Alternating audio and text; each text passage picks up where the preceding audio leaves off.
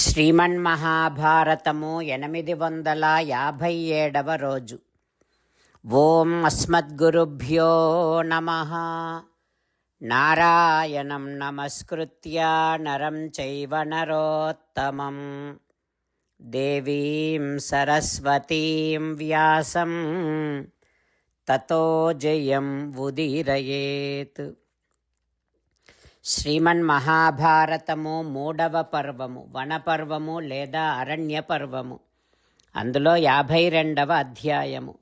సూతమహానుభావుడు శౌనకాది మహర్షులందరికీ ప్రవచనం చేస్తూ ఈ రకంగా చెబుతూ ఉన్నాడు. ఓ మహర్షులారా, వైశంపాయన మహర్షి జనమేజయ మహారాజుకు శ్రీమన్మహాభారతాన్ని ఉపదేశం చేస్తూ ఇలా చెబుతూ ఉన్నాడు. ఓ రాజా, భీమసేనుడు ధర్మరాజుతో ఈ రకంగా అంటూ ఉన్నాడు. ఓ ధర్మజా, మనము వనవాసకాలము 12 ఏళ్ళు పూర్తి చేసిన తర్వాత అజ్ఞాతముగా 1 సంవత్సర కాలము గడపాలి.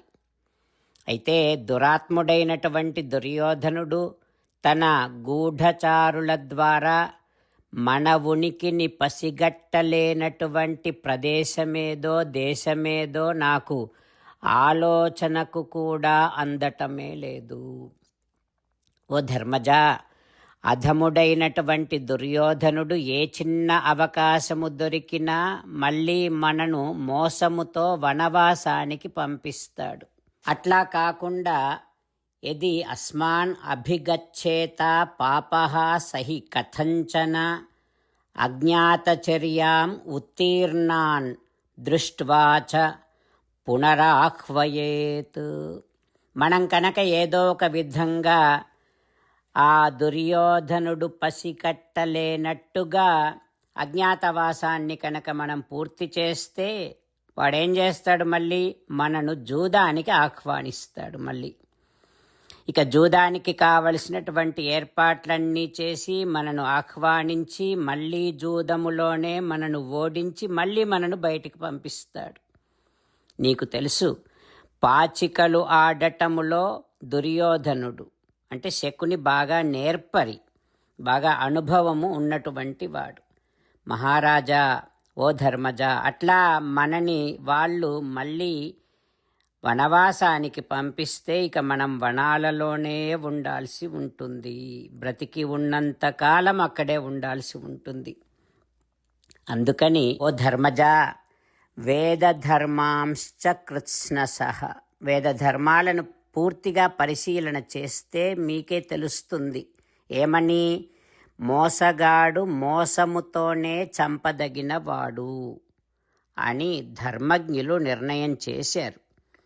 అది మీరు గమనించి నాకు కనుక ఆజ్ఞ ఇస్తే ఇప్పుడే సుయోధనుడిని నేను చంపేస్తాను, నాకు ఆజ్ఞ ఇవ్వండి అని ఏవం బ్రువాణం భీమంతు ధర్మరాజో యుధిష్ఠిరః ఉవాచ సాంత్వయన్ రాజా మూర్ధ్ని ఉపాఘ్రాయ పాండవం.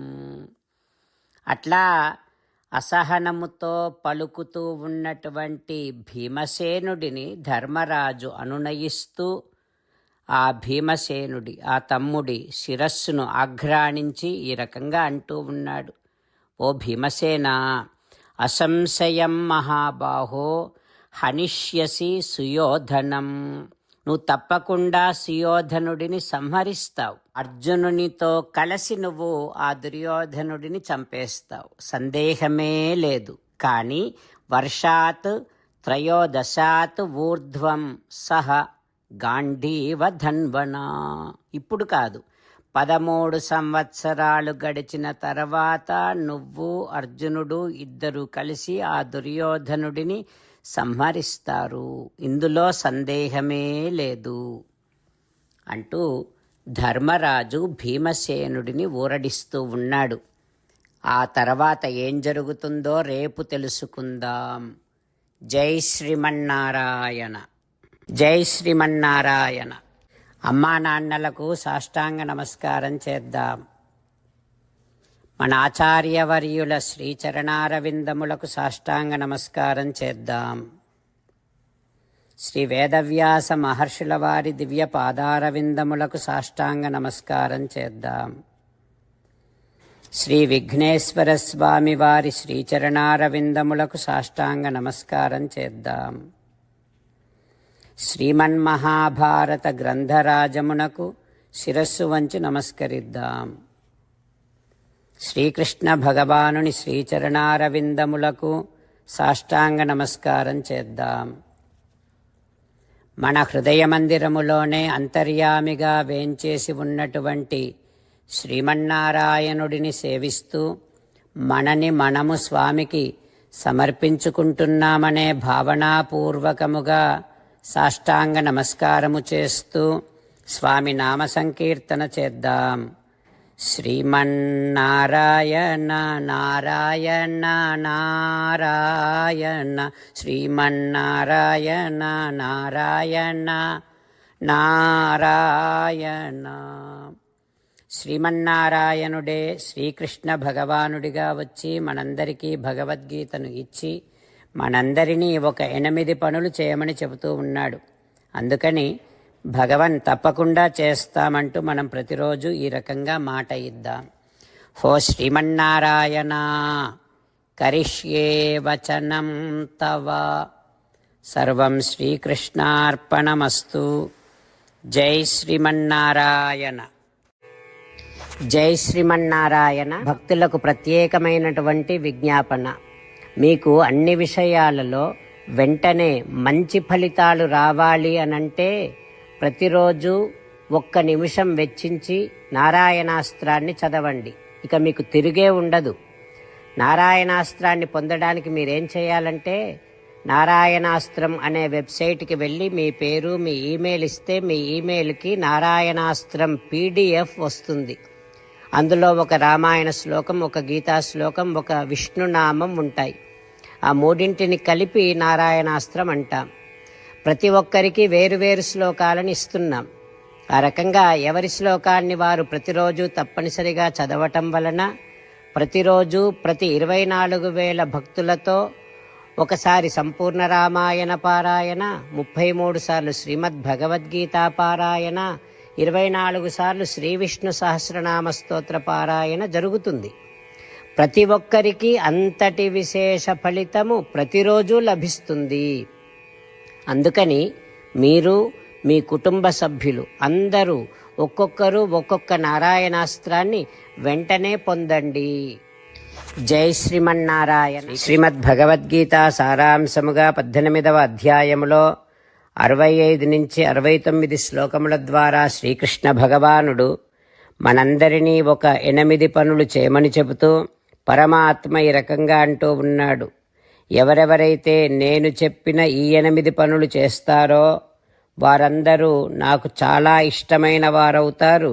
అప్పుడు వారిని నేను సకల పాపముల నుండి సకల దుఃఖముల నుండి విముక్తులను చేసి నా అంతటి వారిగా చేసుకుంటా, తరగని ఆనందాన్ని అనుభవింపచేస్తా.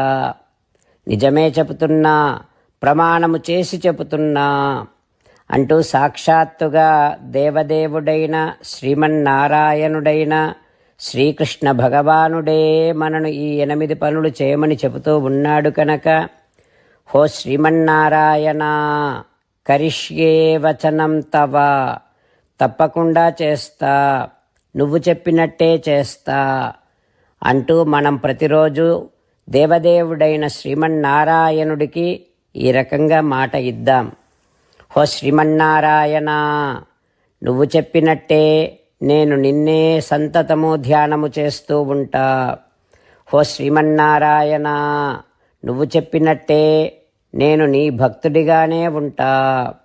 హో శ్రీమన్నారాయణ, నువ్వు చెయ్యమన్నట్టే నేను నా విధులను కర్తవ్యాలను నీ సేవగా నీ తృప్తి కోసమనే సక్రమంగా నిర్వర్తిస్తూ ఉంటా.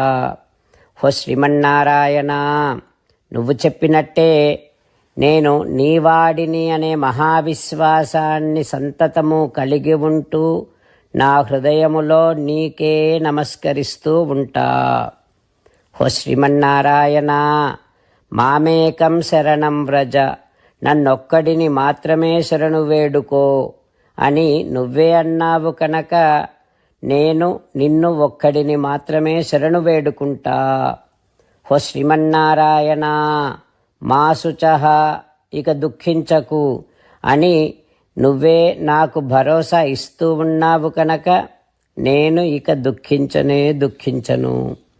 హో శ్రీమన్నారాయణ, నువ్వు చెప్పినట్టే నువ్వు నా కోసమని చెప్పిన శ్రీమద్భగవద్గీతను ఎప్పుడో ఒక్కసారి కాకుండా ప్రతిరోజు కనీసము ఒక్క శ్లోకాన్నైనా అనుసంధానము చేస్తూ గీతోపదేశాన్ని జ్ఞాపకం చేసుకుంటూ ఉంటా.